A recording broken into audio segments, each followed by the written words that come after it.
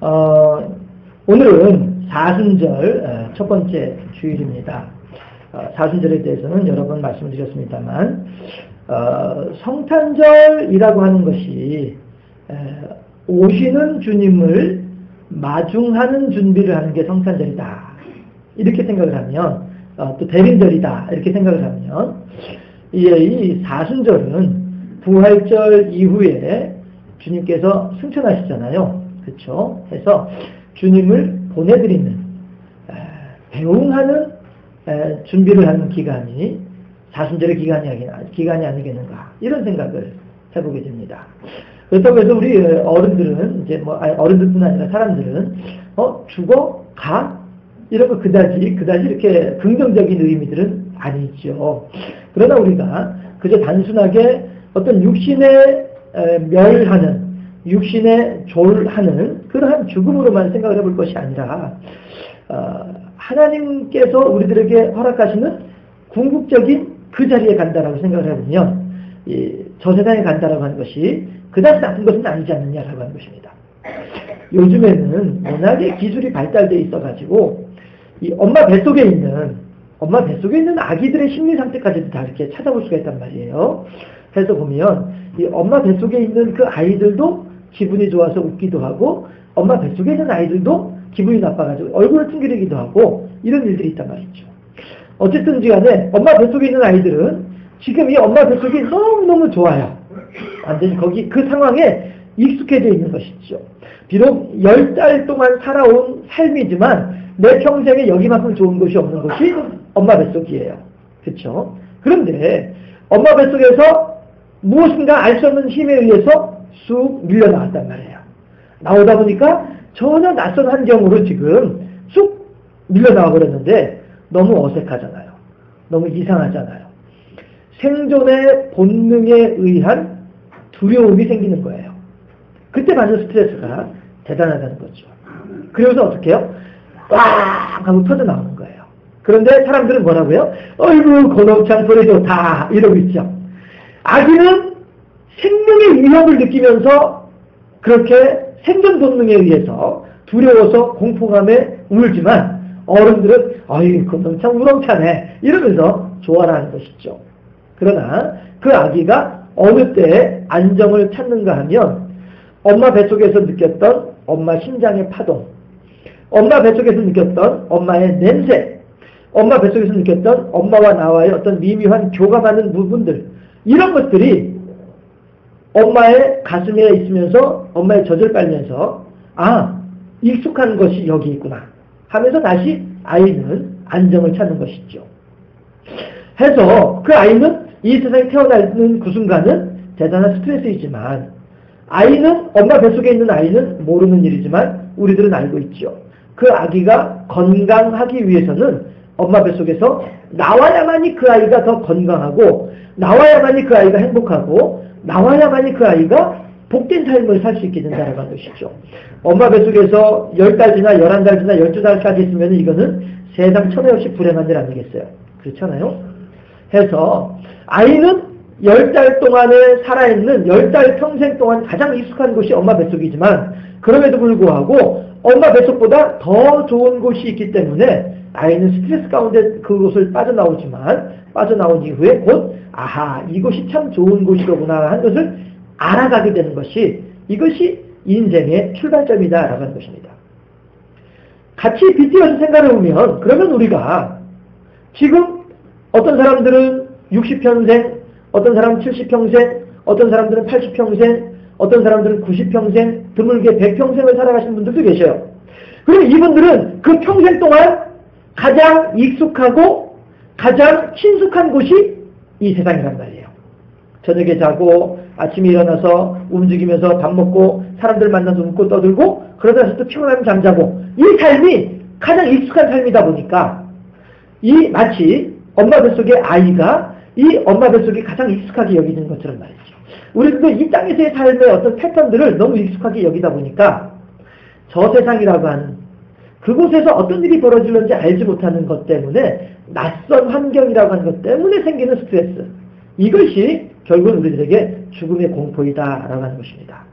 그러나 우리가 믿음의 눈으로 엄마 뱃속에서 나오는 아이는 생존 본능에 의해서 울음을 울지만, 생존의 공포 때문에 울음을 울지만, 곧 익숙한 엄마의 냄새와 엄마의 파동 속에서 아이는 안정을 찾게 되는 것처럼, 우리 또한 마찬가지로 이 익숙한 세상을 벗어나서 저 세상으로 가고자 할 때에 느끼는 두려움과 스트레스는 크겠지만, 분명히 아이가 태어남으로 말미암아 그 아이가 행복해지고, 아이가 태어남으로 말미암아 그 가족이 행복해지는 것처럼, 우리도 마찬가지로 저 세상에 가게 되면 저 세상에 감으로 말미암아 내가 편안해지고, 저 세상으로 감으로 말미암아 하나님이 행복해진다라는 사실입니다. 이것을 생각해보면, 이 원리를 생각해보면 단지 그냥 저곳으로 가는 것이 나쁜 것만은 아니지 않겠느냐라고 한 것을 생각을 해볼 때에, 우리가 주님을 보내는 준비를 하는 것도 그렇게 단지 슬픔과 두려움으로만 보낼 준비를 하는 것이 아니라 소망 가운데, 더욱은다 그 주님께서 뭐라고요? 내가 가긴 가지만 다시 오마 약속하고 계시잖아요. 그렇다면 우리들은 이 사순절 기간에 주님을 보낼 준비를 더욱더 기쁨과 감사함으로, 그리고 우리 장로님 기도하신 것처럼 성결함으로, 그리고 하나님을 향해 진실함으로, 그렇게 우리가 사순절 기간을 준비할 수 있지 않겠는가.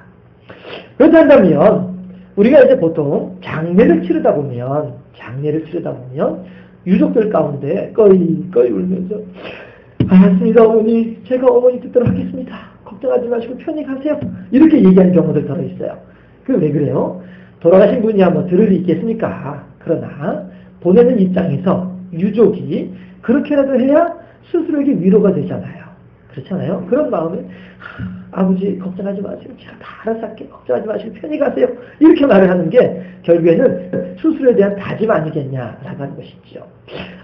아버지의 뜻을 이제 알았습니다, 어머니의 뜻을 이제 알았습니다, 그러니까 제가 이제 그대로 따르겠습니다, 걱정하지 마세요 하는 것이죠. 하나님께서 그렇게 우리들이 그런 위로를 받고 그런 이제 은혜를 덧입을 수 있게 되겠다라고 하는 것입니다. 그렇다면 우리들은 예수님을 보낼 준비를 함에 있어서 어떻게 해야 되겠어요? 마치 유족들이 어머니의 뜻을, 아버지의 뜻을 새롭게 깨닫는 것처럼 우리 또한 예수님의 뜻을 제대로 깨달아야만이 예수님을 마음 편하게 보내드릴 수 있지 않겠어요? 오늘 본문을 통해서 예수님께서 무엇을 말씀하시는지 하나님의 음성을 들을 수 있는 우리 모두가 되어주시기를 바랍니다. 오늘 본문은요, 제목과 같이 떡의 시험이라고 하는 제목과 같이 또 우리가 잘 알고 있는 것처럼 예수님께서 세례받으신 뒤에 성령의 이끌림을 받아 광야에 가셔서 광야에서 40일 동안 금식하시는 가운데에 마귀로부터 시험당하는 그런 장면입니다. 우리들은요, 성경을 그동안에 여러 번 읽으셨었어요. 그리고 또 오랜 세월 동안 이 예배를 드리며 신앙생활을 하시는 가운데 이 본문을 자주 들어왔었어요. 하다 보니까 어쩌면 우리가 그냥 이렇게 스쳐 지나갈 법한 그런 일이 한 가지가 있습니다. 뭐냐면 예수님과 마귀와의 관계예요. 자, 보세요. 예수님께서 잠깐 사람이 되셔서 이 땅에 오긴 하셨습니다만, 그럼에도 불구하고 예수님의 인성, 참 사람으로서의 인성을 그대로 가지고 계시면서 배고픔과 고통과 피곤함과 슬픔과 아픔을 다 느끼시지만, 그런 분이 예수님이시지만, 또 한편으로는 예수님은 신성, 이 세상을 창조하신 성부, 성자, 성령, 삼위의 하나님으로서 신성도 같이 가지고 계신 분이 예수님이시란 말씀이에요. 그러니까 바다 물 위를 걸으시고 풍랑을 명할 때 잠잠해지게 되고, 병든 자들에게 마귀에게 명할 때 마귀가 쫓겨나고 병든 자가 낫게 되는 역사가 이 신적인 능력이란 말씀이죠. 이렇게 신적인 능력과 더불어서 인성의 인적인 능력, 인성도 같이 가지고 계신 분이 예수님이신데, 해서 예수님께서 잠깐 동안 사람이 되셔서 사람과 같이 금식하시면서 굶주리고 계시긴 하지만 40일 금식을 하셨으니 얼마나 배가 고프시겠어요. 그런데 이 자리에 누가 오냐면은 마귀가 온단 말이에요. 마귀가.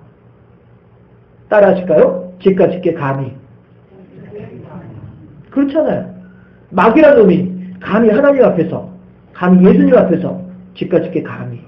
어째서 이게 고개 뻣뻣이 쳐들고 말이야. 그렇잖아요. 우리 그러지 않아요? 무릎 꿇지 못할까? 이런 거 있잖아요. 그런 것처럼.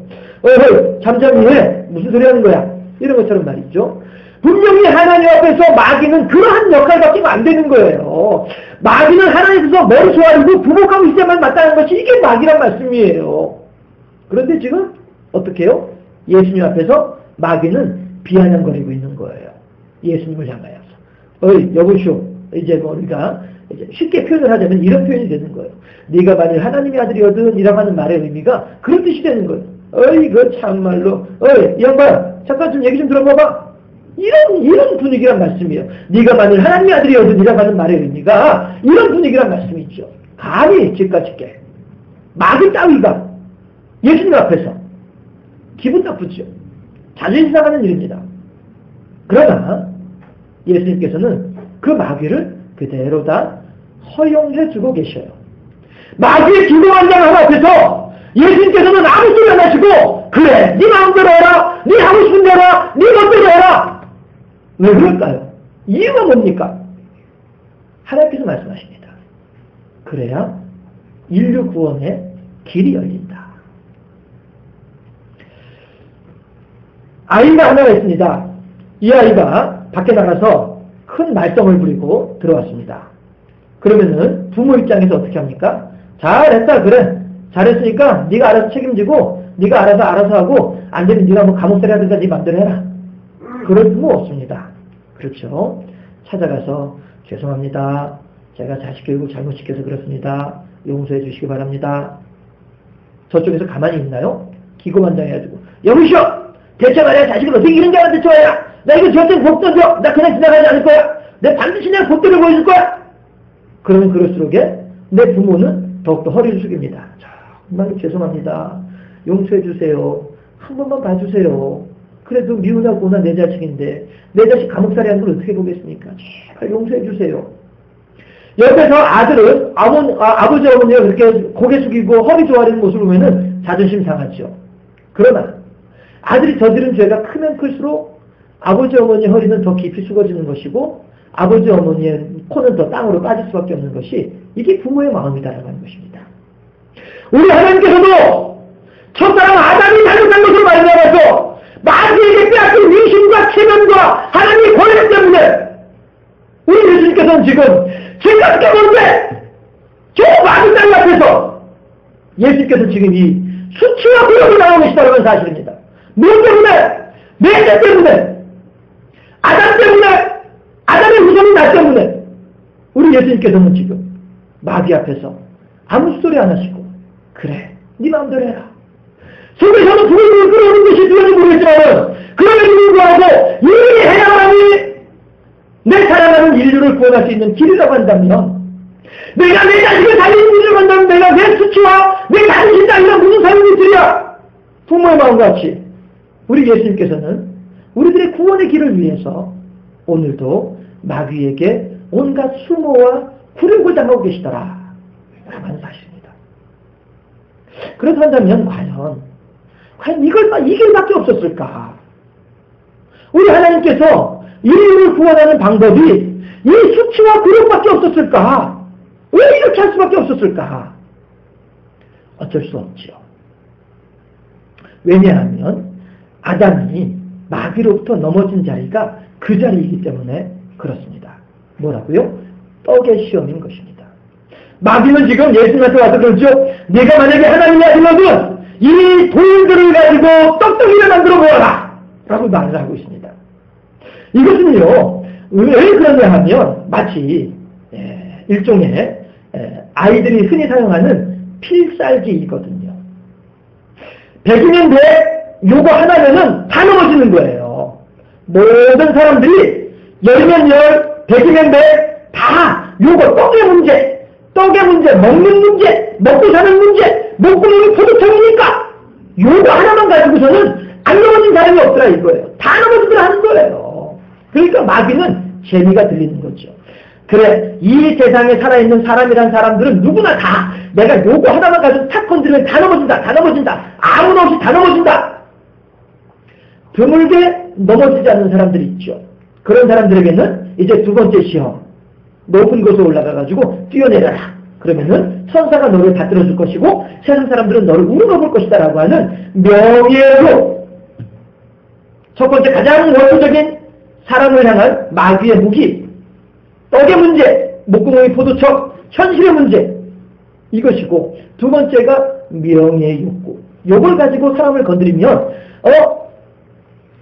어쩌다가 한두 명씩 떡의 문제, 현실의 문제 때문에 넘어가지 않는 그런 사람들이 있으면은 그런 사람들은 명의 문제 딱 걸어가지고 하면은 금방 넘어가고 마귀의 종이 돼버리고 마는 이런 문제들, 이런 것들이 인간의 한계요, 인간의 약점이더라라고 하는 것입니다.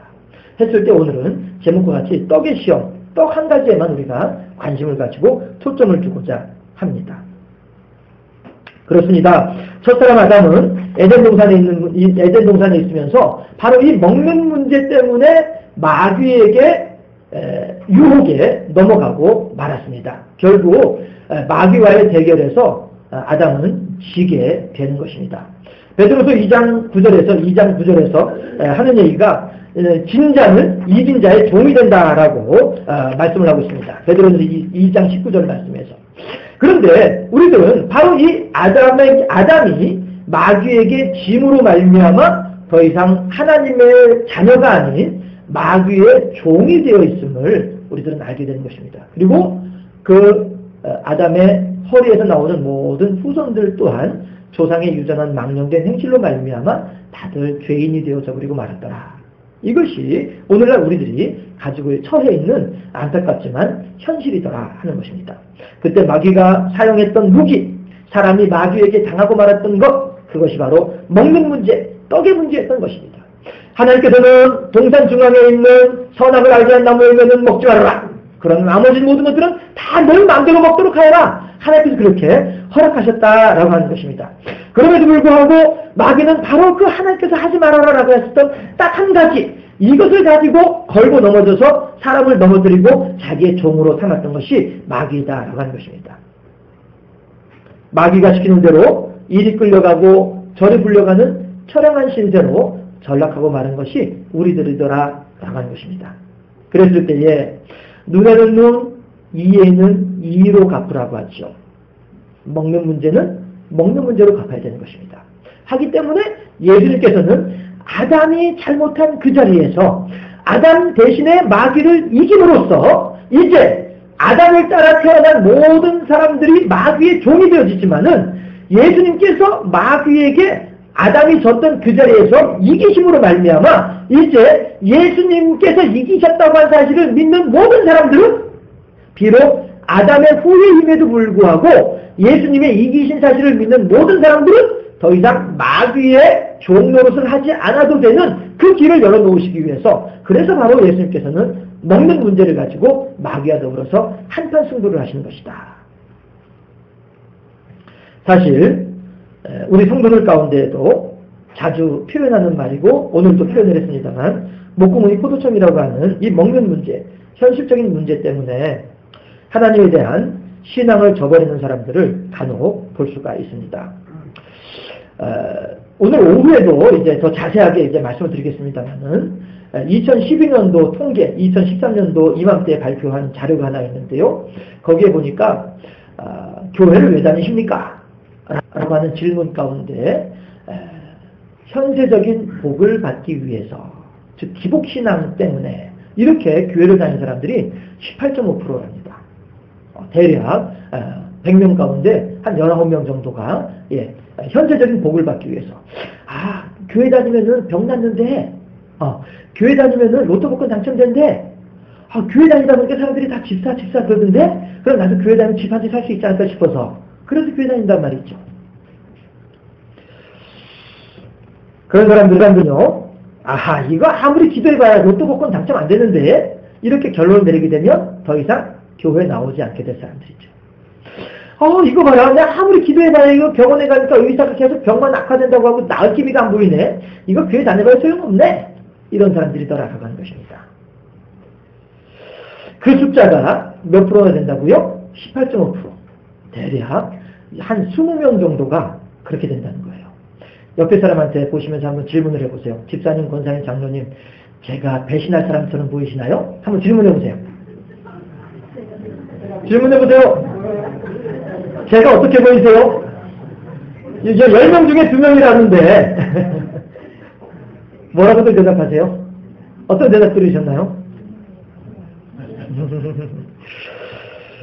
하나님의 사랑하신 장사교 성도 여러분들이요, 우리 앞에는 늘 두 가지의 길이 열려 있음을 잊지 마시기 바랍니다. 첫 번째 길은 신앙인의 길입니다.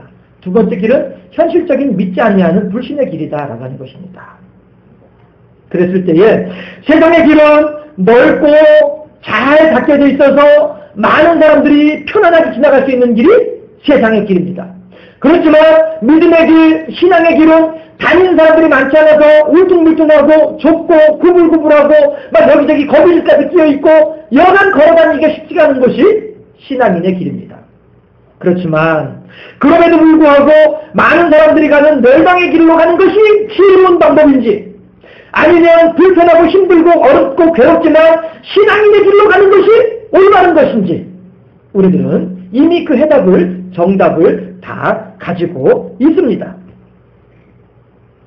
지금 당장은 어렵고 힘이 들어서 제대로 가고 있는 것인지 헷갈리고 망설여지는 한이 있다 할지라도 그럼에도 불구하고 내가 오직 하나님만을 의지하며 그럼에도 불구하고 오직 내가 하나님만을 사랑하며 그럼에도 불구하고 오직 내가 하나님의 뜻대로 준행하며 살아가겠나이다 결정하는 그 신앙이야말로 얼마나 우리들이 복된 신앙인인가라고 하는 사실을 잘 알고 있지 않느냐 하는 것입니다. 공회에 붙잡혀간 베드로와 요한을 향하여서 그 서슬퍼런 노인네들이 의름장을 놓습니다. 너희는 다시는 예수의 이름으로 증거하지 말도록 하여라 라고 의름장을 놓을 때 내가 두 번 다 너희들이 한 번 더 여기 붙잡혀 오게 되면은 너희들을 가만히 두지 않을 것이야. 그 서슬퍼런 의름장 앞에서 베드로와 요한은 무엇하고 대답을 합니까? 여러분들이 들어보시오. 내가 과연 하나님 앞에서 하나님 말씀을 순종한 것이 옳은지 아니면 여러분들의 말을 듣는 것이 옳은지 과연 여러분들 한번 생각을 해보시오. 누구의 말을 듣는 것이 옳습니까? 아무도 대답을 못하는 것입니다. 여호수아는 뭐라고 얘기합니까? 여러분들이요 지금까지 우리 모두는 광야를 지나오면서 무리와 반석에 물을 마셨습니다. 구름기둥과 불기둥이 인도를 받았습니다. 만나와 매출하기에 맛있는 음식을 우리들이 먹고 있었습니다. 하나님께서 40년 동안 우리들의 말을 부르트게 하지 아니하였고 하나님께서 40년 동안 우리들의 옷이 해주지 않게 하였으며 하나님께서 40년 동안 우리들이 병들어 죽을 때가 없도록 지켜주고 붙잡아 주셨습니다. 그럼에도 불구하고 이스라엘 백성들이요 당신들이 이 가나안 땅에 있는 우상들을 섬기고자 하십니까? 그렇게 하려면 당신들이 알아서 하시오. 그러나 나와 내 집은 오직 여호와만을 섬기겠소이다.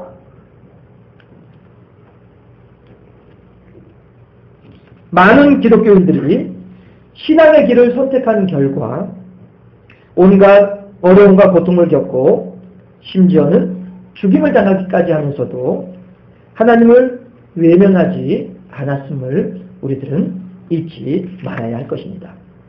우선 당장 눈에 보이는 떡이 보기에도 좋고 먹기에도 좋을런지 모르겠습니다만은 눈 한번 질끈 감으면 모든 것이 솔솔 잘 풀린 것 같이 여겨질 수도 있겠습니다만은 여러분들이요 그 한 번 질끈 감았던 그 눈이 평생 내게 올무가 되어진다라고 하는 사실입니다. 다윗이 바세바와의 부적절한 관계를 숨기기 위하여서 우리아를 죽게 만들 때에 누가 협력을 했습니까? 군대 장관 요압이었죠. 요압은 평생을 다윗 앞에서 기고만장하게 지냈던 인간이 요압이었다라고 하는 것입니다. 눈 한번 찡긋하지요. 무슨 뜻이에요? 임금님 내가 입 한마디만 뻥끗하면 아시죠? 이런 것이 되는 다윗도 요압 앞에서는 꼼짝 못하고 다윗도 요압이 하는 일에 대해서 뭐라고 말을 못하는 것이 다윗의 형편이었단 말이에요. 왜? 젊은 날에 한순간에 춘정을 이기지 못하여 가지고 행했던 그 죄로 말미암아서 다윗은 평생을 요압 앞에서는 마치 고양이 앞에 쥐처럼 그렇게 지낼 수밖에 없었다라고 하는 것입니다. 얼마나 다윗의 속에 한이 되고 가슴에 맺힌 것이 많았는지 다윗이 죽어가면서까지도 솔로몬에게 유언을 하기를 뭐라고 합니까? 내 아들 솔로몬아 저 요압으로 하여금 늙은 흰머리가 편안히 음부에 내려가지 못하도록 하라. 이거 뭐예요? 그가 병들어 죽기 전에 네가 가서 처형하도록 해라. 이 뜻이 되는 얼마나 요압에 대해서 한이 맺히고 말이야. 얼마나 요압에 대해서 말이 이랬으면 다윗이 그렇게 했겠는가라고 하는 것이죠. 왜 그렇습니까? 한순간에 눈 한 번 질끈 감은 그 잘못이 평생을 다윗으로 하여금 자유롭지 못하게 만들어버리더라 하는 것입니다. 단 한순간의 범죄, 잠시 잠깐의 타협이지만 그것이 평생 내게 올무가 되고 만다라고 하는 것입니다. 자, 여러분 여기까지 우리가 생각을 하고 말씀을 드렸습니다. 한 번 더 옆에 있는 분들에 대해 다시 한번 여쭤보시죠. 정말로 제가 배신자처럼 보이시나요? 한번 진지하게 한번 여쭤보세요. 과연 나는 어떠한 모습일까? 과연 제가 배신자처럼 여겨지시나요? 10명 중에 2명이라는데 하나님의 사랑하신 장상교회 성도 여러분들이요, 과연 에덴 동산에 부족한 것이 무엇이었을까요? 하나님께서 모든 것들을 넉넉하게 채워주시고 공급해 주신 가운데 과연 에덴 동산에서 아담과 하와가 하나님 나 이것 때문에 너무 불편해요. 하나님 나 이것 좀 하고 싶어요. 불편한 것이, 부족한 것이, 결핍된 것이 무엇이었을까요? 대체 무엇이 부족했기에 아담과 하와는 동산 중앙에 있는 나무 앞에서 서성거리면서 저거 한번 먹어봤으면 저거 한번 먹어봤으면 왜 그랬겠느냐라고 하는 것입니다. 아담과 하와는 결국에는 이 혀 끝에 이 말초신경의 쾌락, 요거 하나 때문에 하나님께서 허락하신 그 모든 풍족하고 부유한 모든 것들을 한순간에 쾌락으로 말미암아서 다 잃어버리고 말할 거라라고 하는, 어리석게 그지 없는 사람으로 전락하고 말할 거라고 하는 것입니다. 그렇다면 우리들은 어떠할까 하는 것입니다. 이생의 자랑, 육신의 정욕, 안목의 정욕이 우리들 앞에 횡행하고 있는 가운데 아담과 하와조차도 그 풍족한 은혜 가운데서 넘어지고 말았는데 우리들은 얼마나 더 쉽게 넘어질 것이냐 라고 하는 것입니다. 정말로 우리들은 정신을 바짝 차려야만 할 그러한 시대이다 라고 하는 것이죠. 하나님으로 받은 모든 풍족한 것들을 한순간에 유혹을 이기지 못하고 멸망과 죽음으로 바꿔버리고 말았던 아담을 보면서 우리들은 더욱더 큰 경계로 삼아야 하겠다는 것입니다. 예수님께서는 오늘 마귀로부터 너무나도 죄송스럽고 송구하기 그지없지만 마귀로부터 시험을 당하고 계십니다. 왜냐하면 아담이 넘어진 그 자리에서 다시 시작해보자 하는 것입니다. 그렇게 해야만이 인류 구원의 길이 열려지기 때문에 그렇다라고 하는 것입니다. 그랬을 때 우리가 읽지는 않았지만 4장 4절에서 마태복음 4장 4절에서 예수님께서 뭐라고 말씀하십니까? 사람이 떡으로만 살 것이 아니라 하나님의 말씀으로 말미암아 사느니라 라고 말씀하시잖아요. 아담아, 마귀야, 너는 잘못 생각하고 있다. 아담은 비록 그렇게 먹는 문제 때문에 넘어졌다 할지라도 그렇지 아니하다. 사람이 어떻게 먹는 것으로만 살아가느냐, 하나님의 말씀으로 살아가는 것이, 이것이 사람에게 참 행복이 되어지고 참 기쁨이 되어지고 참 만족이 되어진 것 아니겠느냐. 이 말씀은 마귀에게 하시는 말씀이기도 하지만 그보다는 오늘을 살아가는 우리들을 향한 하나님의 간절한 외침으로, 나를 향한 하나님의 간절한 말씀하심으로 들을 수 있기를 주님의 이름으로 축원합니다. 너희는 먼저 그의 나라와 그의 일을 구하라. 지금 당장 보기에는 신앙의 길보다는 현실의 길을 걸어가는 것이 더 지혜롭게 여겨질는지 모르지만, 그럼에도 불구하고 하나님이시여, 내가 이 육신의 욕심을 따라 살지 아니하고 하나님이신 현실의 문제를 이기지 아니하며 오직 하나님의 나라와 하나님의 일을 구하는 삶을 살야 된다이다. 오직 하나님의 뜻대로 살아가겠나이다. 비록 잠시 잠깐 내가 이것이 손해보는 일이고, 비록 잠시 잠깐 이것이 내가 자존심이 상하는 일이고, 비록 잠시 잠깐 이것이 내 체면이 굽어진 일이라 할지라도 그럼에도 불구하고 하나님이시여, 내가 오직 하나님만을 따르겠나이다. 믿음으로 살기를 원하나이다. 신앙의 길로 그 좁고 협착한 길로 걸어가겠나이다 결정하는 그 사람들을 향해서 우리 주님께서 약속하여 주시기를, 너희에게 이 모든 것을 더하시리라. 하나님께서 그렇게 우리들에게 채워주겠다라고 약속하고 계신다는 것입니다. 오직 하나님의 기뻐하신 길로 접어들게 되면 이 모든 것을 더해주겠다라고 하는 이 하나님의 음성을 듣고 오직 신앙인의 길, 신앙인의 삶을 살아가는 우리 모두가 되어줄 수 있기를 소망합니다. 우리 예수님께서 마귀에게 친히 시험을 당하신 것은 그렇게 해서라도 우리를 구원하고자 하는 하심이었습니다. 예수님의 수고를 더 이상 헛되게 하지 말자 하는 것입니다. 마귀의 교묘한 괴계가 횡행하는 이 세상을 살아가는 중에라도 아담도 넘어진 이 세상이지만은 이제 예수님께서 이기셨으므로 그 이기신 예수님을 믿는 믿음 가운데에서 우리도 예수님을 따라서 믿음의 길, 신앙의 길, 현실의 문제를 극복하며 하나님을 향한 믿음의 길로 나아가게 될 때에 하나님은 그러한 헌신한 우리들을 기뻐하시며 우리들에게 더욱더 풍성한 것으로 허락하실 줄로 믿고 그러한 행복한 승리자로 살아가는 우리 모두가 되어줄 수 있기를 주님의 이름으로 축원합니다. 기도하겠습니다. 할렐루야. 고목감사하신 아버지 하나님, 우리들은 부족하고 연약합니다. 그래야 해서 마귀의 종이 될 수밖에 없고 영원히 멸망의 자녀가 될 수밖에 없는 신세가 저희들인 것을 고백합니다. 그러나 우리 구주 예수 그리스도께서 마귀와 더불어서 첫사람 아담이 실패하고 또 이 세상을 살아가는 많은 사람들이 실패하고 있는 이 떡의 문제, 현실의 문제, 이 세상을 살아가는 요령이라고 하는 시험거리 앞에서 우리 구주 예수님께서는 사람이 떡으로만 살 것이 아니라, 사람이 이 세상에서의 지혜로만 살아갈 것이 아니라, 사람이 이 세상의 요령으로만 살아갈 것이 아니라 오직 하나님의 말씀으로 말미암아 살아가야 할 것이라고, 하나님을 의지하며 하나님을 사랑하며 하나님의 뜻대로 살아가야 할 것이라고 밝히 말씀하여 주시며 우리들에게 가르쳐 주심을 감사드리옵나이다. 하나님이시여 이제 우리 모두는 오직 하나님을 의지하며 하나님을 신뢰하는 가운데 여호와 제일주의 신앙으로 승리하며 살아가는 우리가 되게 하시옵시고 그렇게 행복한 사람으로 살아가는 우리가 되게 하시며 이 모든 것을 너에게 더하시리라라고 약속하시는 하나님의 은혜와 은총과 기적을 경험하는 복된 삶의 주인공들 되어질 수 있도록 오직 하나님을 향하여 그의 나라와 그의 의를 구하는 믿음의 삶을 살아가는 우리 모두가 되게 하옵소서. 감사하고 예수님 이름으로 기도합나이다. 아멘.